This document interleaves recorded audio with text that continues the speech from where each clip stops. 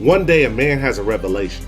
Why steal the world's most famous painting just once, when you can sell it over and over again, each time, for a fortune? He finds his perfect partner, a master forger, whose brushwork is so flawless, even experts might be fooled. Together, they hatch a plan, commission 6 perfect copies of the Mona Lisa, then make the original vanish.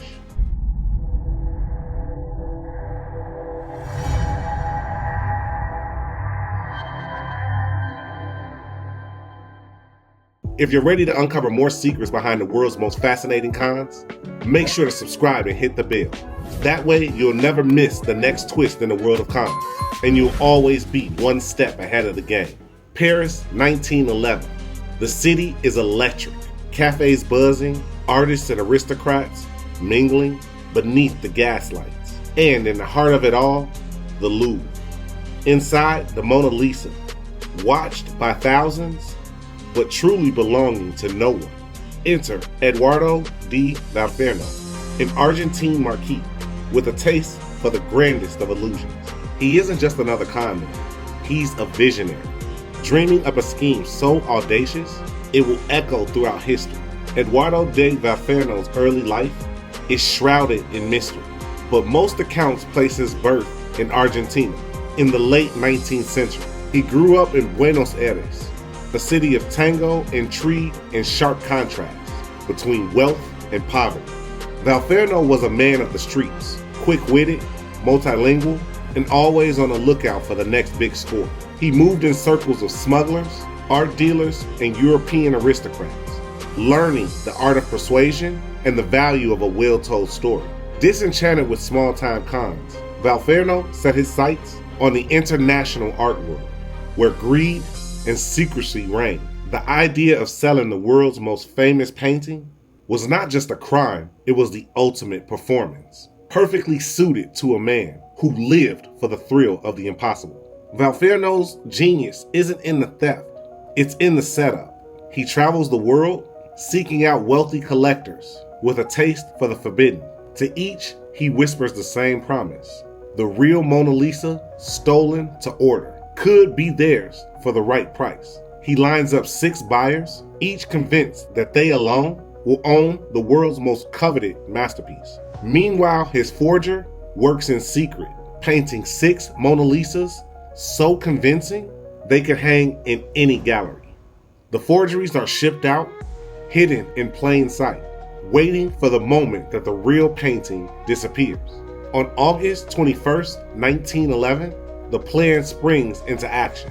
Vincenzo Peruggia, an Italian handyman, slips into the Louvre, lifts the Mona Lisa from the wall, and walks out the door with it tucked under his coat.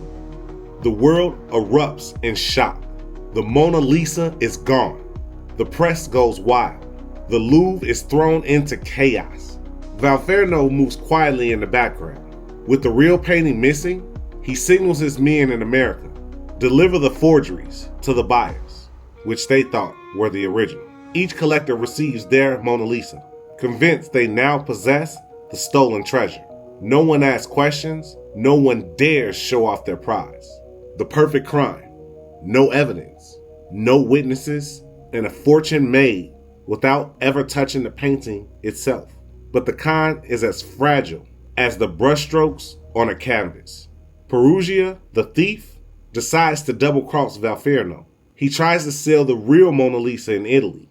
He gets caught, and the real painting is returned to the Louvre in 1913. The world celebrates, but the buyers, each holding a perfect fake, are left with nothing but secrets and regrets. The aftermath, Valfierno vanishes into legend. The authorities never catch him. The 6 forgeries disappear, never to resurface again. None of the buyers ever came forward, too embarrassed, too invested, or too afraid to reveal that they had been duped. The only account of this scheme comes from a single journalist, Carl Decker, a reporter for the Saturday Evening Post, who claimed Valfierno confessed the whole story in a smoky Casablanca bar years later. To this day, no one knows if Valfierno truly existed, or if the story is just another layer of deception, an artful con within a con. But the lesson is clear. In the world of priceless art and high stakes, the greatest trick isn't stealing a masterpiece.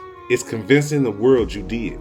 That's the legend of Eduardo de Valfierno, the man who maybe stole the Mona Lisa. Not for himself, but for the thrill of selling a dream 6 times over. In the end, it's not just the painting that's priceless. It's the story and the illusion that endures. With the Mona Lisa back in the Louvre and 6 perfect forgeries lost to history, Valfierno's legend only grows. But what makes a con like this possible? Genius on the part of the swindler, or secret longing in the heart of the mark? Let's step into the shadows of the art world and unpack how greed, secrecy, and the hunger for exclusivity made Valfierno's masterpiece possible.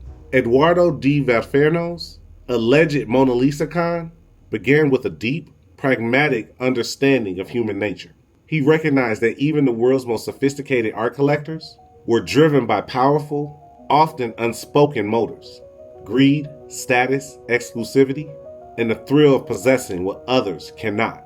As R. Paul Wilson writes in The Art of the Con, the best cons work not by fooling us, but by giving us permission to fool ourselves. Valfierno didn't judge these motives. He exploited them, knowing that the forbidden and the unattainable are often the most desirable. Valfierno posed as a marquis, leveraging perceived nobility and sophistication to gain instant credibility among wealthy collectors. His air of authority and refinement triggered the halo effect, making his story and his offers seem more plausible.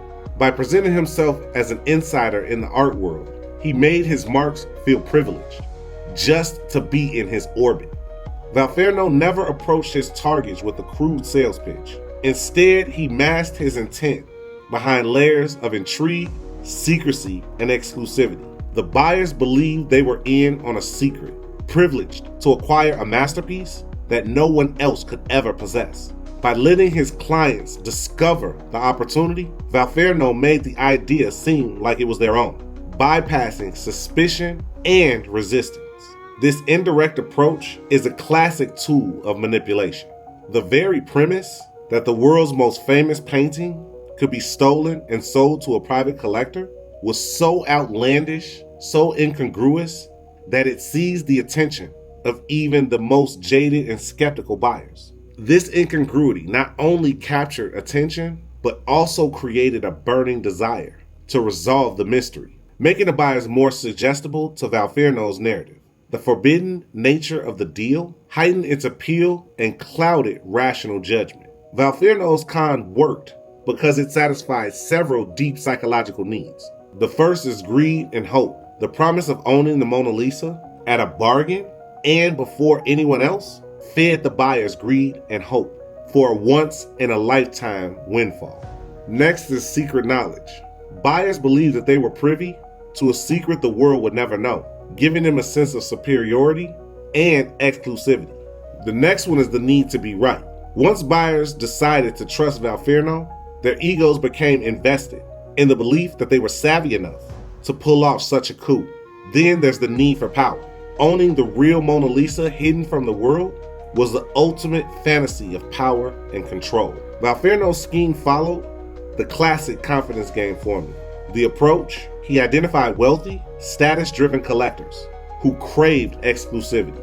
The build-up: he orchestrated the theft of the Mona Lisa and commissioned multiple forgeries, each sold as the original to different buyers. The convincer: elaborate stories, forged provenance, and the real theft in the news provided proof and urgency.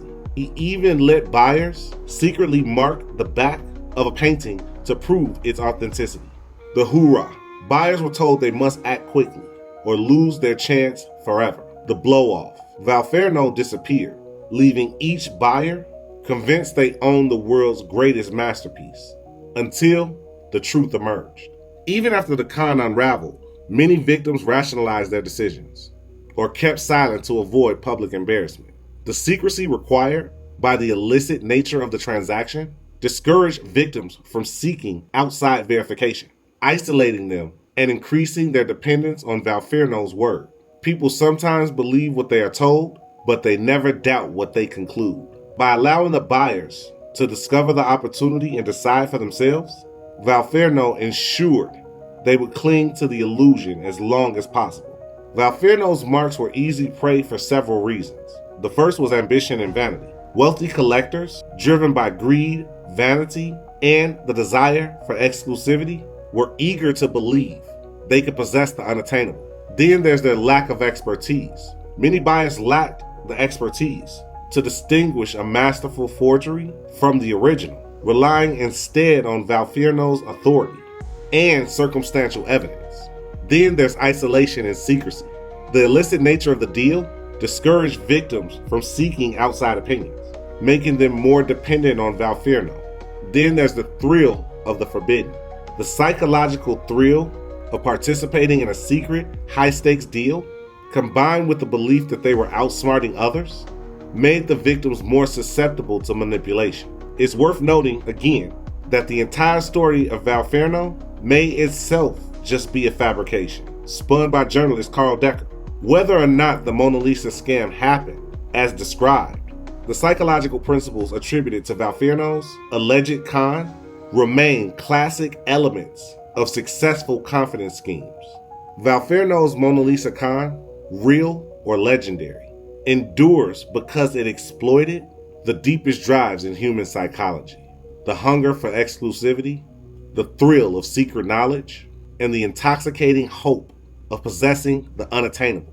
By masking his intent, capturing attention with incongruity, and feeding hidden addictions, he orchestrated a scam that fooled even the world's most elite collectors.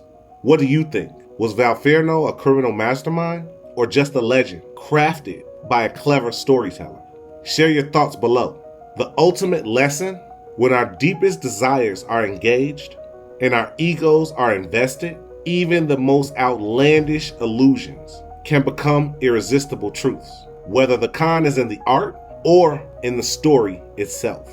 But what if the con artist could sell anything, even the Taj Mahal? Next time, we dive into the legendary exploits of Natwarlal, India's most notorious trickster, who sold national monuments, forged signatures of presidents, and outsmarted police at every turn. How did one man become a folk hero? By outwitting the powerful and making the impossible seem easy. Don't miss this incredible tale of audacity, invention, and the art of the impossible. Subscribe now so you never miss the next unbelievable twist in the world's greatest cons.